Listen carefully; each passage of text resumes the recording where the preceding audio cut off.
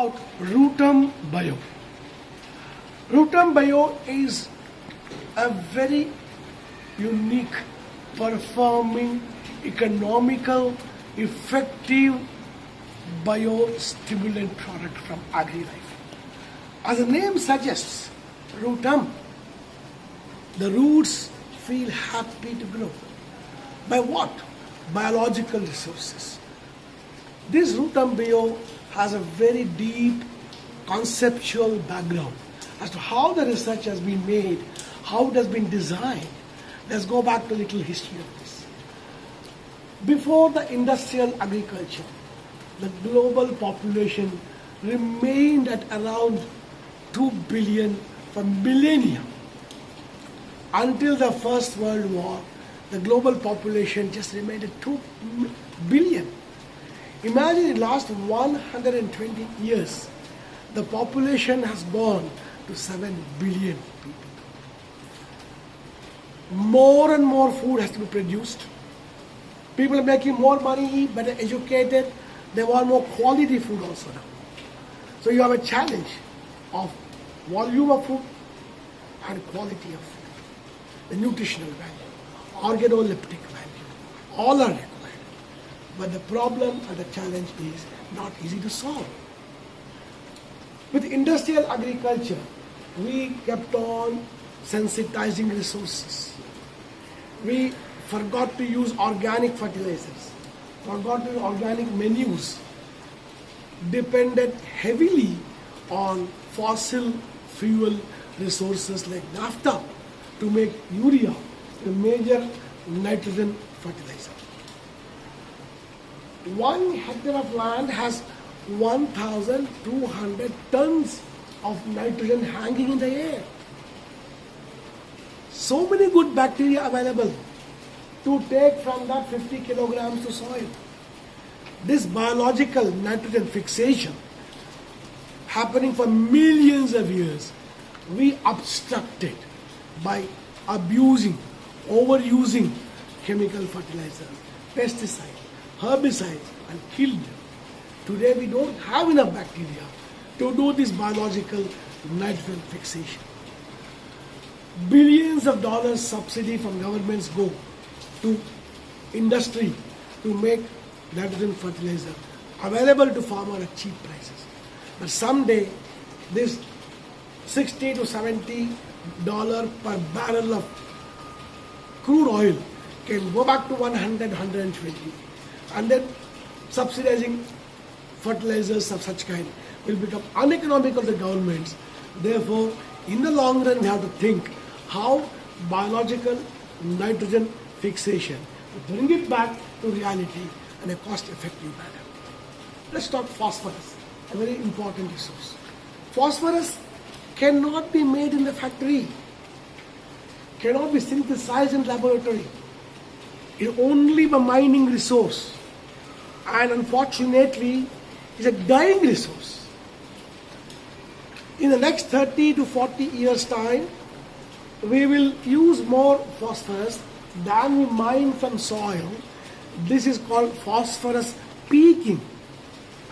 Thereafter, there will be more phosphorus consumption than phosphorus uptake or mining from the mines.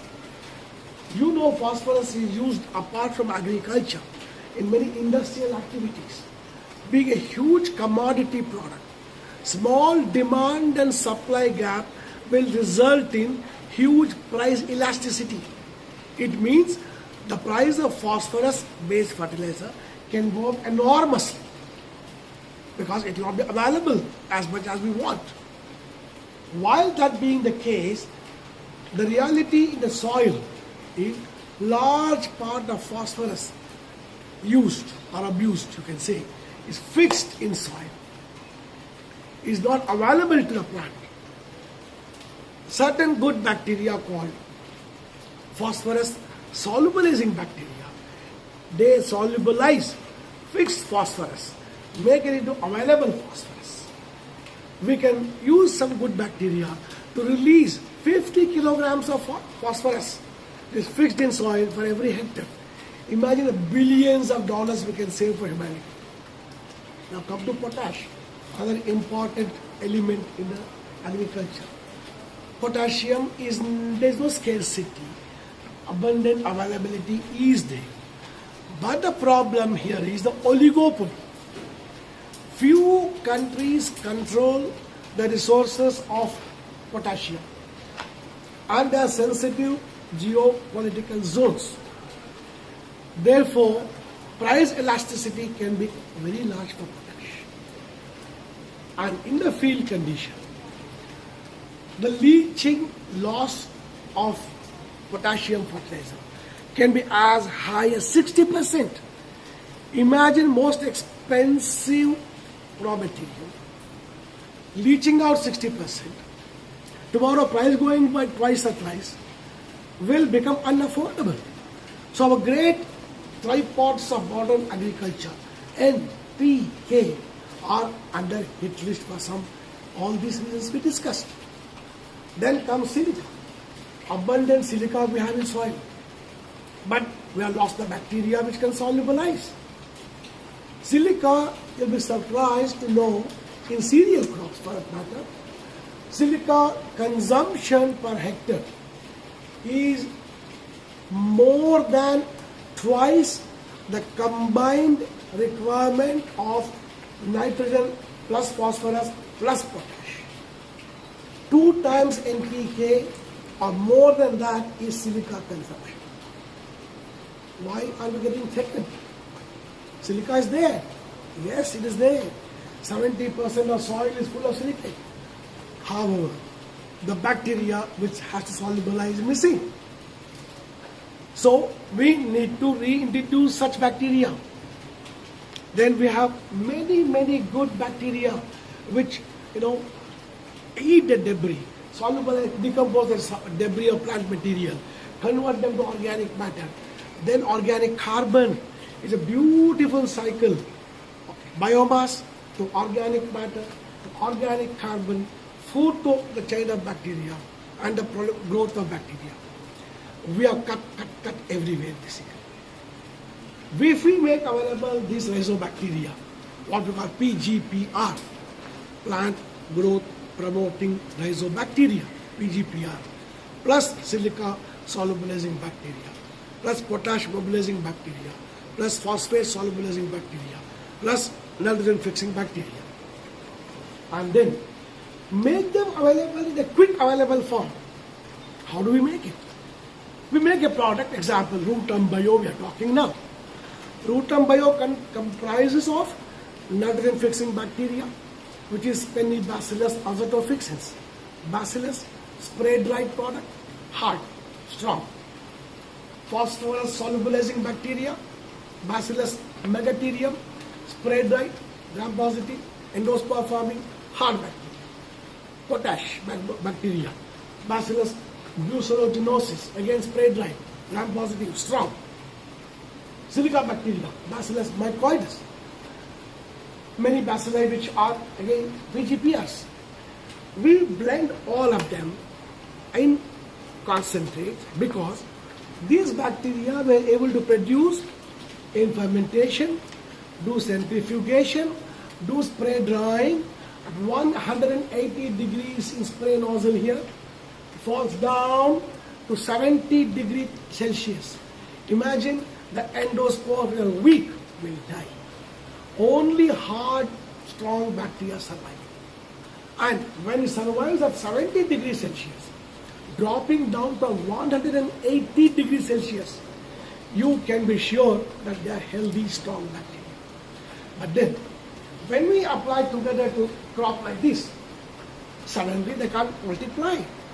Imagine you are going on a long trekking. You have a tent material, your stove, your food, your sit down, make your food for dinner.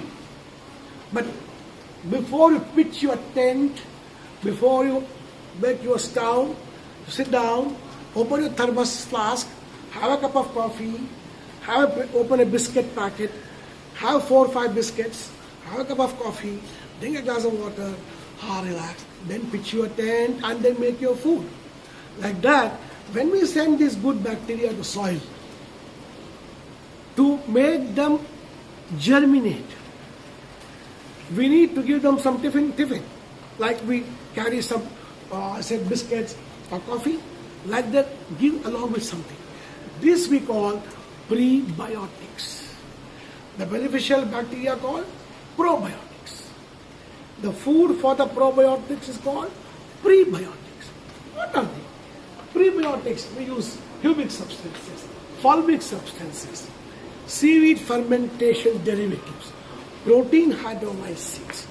All these provide adequate, quick, boost for these bacteria to germinate and to colonize. Not only enough. Imagine at the stage of seed, it is germinating, plant is growing. Imagine the stress a plant undergoes. It is like a woman giving birth to a child. And imagine the pain a mother undergoes. The energy requirement is very high. Like that, a germinating seed undergoes such an enormous biological pressure, abiotic pressure, and then a seedling comes. That may become a huge tree tomorrow, but don't forget, it came from a humble, small seed. The seed has an energy, bioenergy. For that, we need to give something to fight such abiotic pressure. So we discovered the research on ascorbic acid, what we call vitamin C, thiamine. All these products add a new factor we call stress busters. So the product having probiotics, that is soil beneficial bacteria, nitrogen fixing bacteria, phosphorus bacteria, potash bacteria, silica bacteria, then we have PGPRs. Then prebiotics, vitamins like ascorbic acid. Together is a blend called Rootambio. Therefore, this technology of Rootambio is very unique and powerful. When we apply to soil, such small dose, we just recommend 1 gram per liter of water. In the very early stage of the crop, a 2 to 4 leaf stage, just drench, spray, apply to soil. In the root zone, that's about 100 gram to 150 grams per acre, or 250 gram to 375 gram per hectare. At that small dose when we apply, all the bacteria go to the root zone, start multiplying in 3-dimensional way surrounding the root zone. As the roots grow, these beneficial bacteria grow and make the soil probiotic. Not only they help in fixing atmospheric nitrogen, solubilize phosphorus, mobilize potash, solubilize silica, give a drought resistance, imparting drought resistance parameters, stress tolerance, disease tolerance, all such wonderful positive factors together is in one technology called Rootambio. Rootambio is a very hard product, as explained, from spray dried product. Therefore, 2 years shelf life under normal circumstances of storage is absolutely no problem. And what is the temperature that you would recommend for storage Rootambio? As I explained to you, all the bacteria came from the process of spray drying. 170, 180 degrees Celsius from the top down to 70 degrees. So therefore they have undergone a very harsh condition. Normal storage temperature of 25, 30, 35, 40 degrees in the room temperature. Also there is no problem. In that condition, 2 years they can survive. Therefore, the product is highly stable. If it can be mixed with any organic manure and applied, no problem. The organic fertilizers can be applied. To put in drip irrigation, there is no problem, because the product is soluble in water and you can put in drip irrigation. Certain crops like paddy rice, a lot of water puddling is there. If we want to use the product should be having a formulation that is having sustained release mechanism. For that, we take advantage of bentonite, double roasted bentonite clay granule. These double roasted bentonite clay granules have high absorbency capacity. So we spray, or we call impregnate, Rootambio into this clay granule. And once we do that impregnation, the shelf life is for 2 years, 7.5 kilogram per hectare is the dose. A paddy farmer, rice paddy farmer, can broadcast it like this. He can mix with urea, DAP, with sand, anything he can broadcast. Within 2-3 weeks of application, farmers are able to see fantastic root development, bare eye, and the whole crop, treated, untreated, just walk around, you can see the difference. Such an enormous positive difference one can see by application of Rootambio. So therefore, in all the field crops, in the open field conditions, 150 grams per acre or 275, 300 grams per hectare is good enough.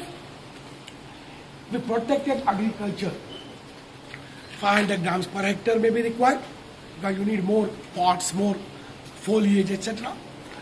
If for the orchard crops, trees, we recommend one application, drenching in the water in the spring season, and another application to root zone in the autumn season. Then 1.5 gram, 1.5 gram of Rootambio per liter of water is the dilution. It is recommended to mix it and simply drench the soil. It can be fed through sprinkler, can be fed through the drip irrigation, can be fed through the pivot irrigation, or can be simply sprayed. Take a bucket and take a mug and put it. So any kind of ease of application. The Rootambio that way is a new technology giving a blend of beneficial soil organisms. There are probiotics, prebiotics, vitamins, and this technology has been extremely convincingly proving the use of beneficial microorganisms. And storage is 2 years, there's no problem, as I said.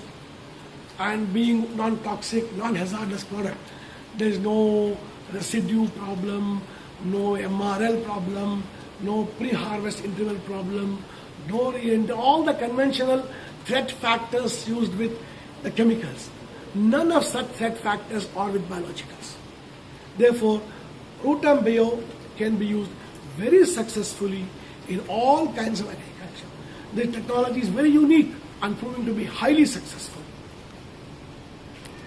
Thank you.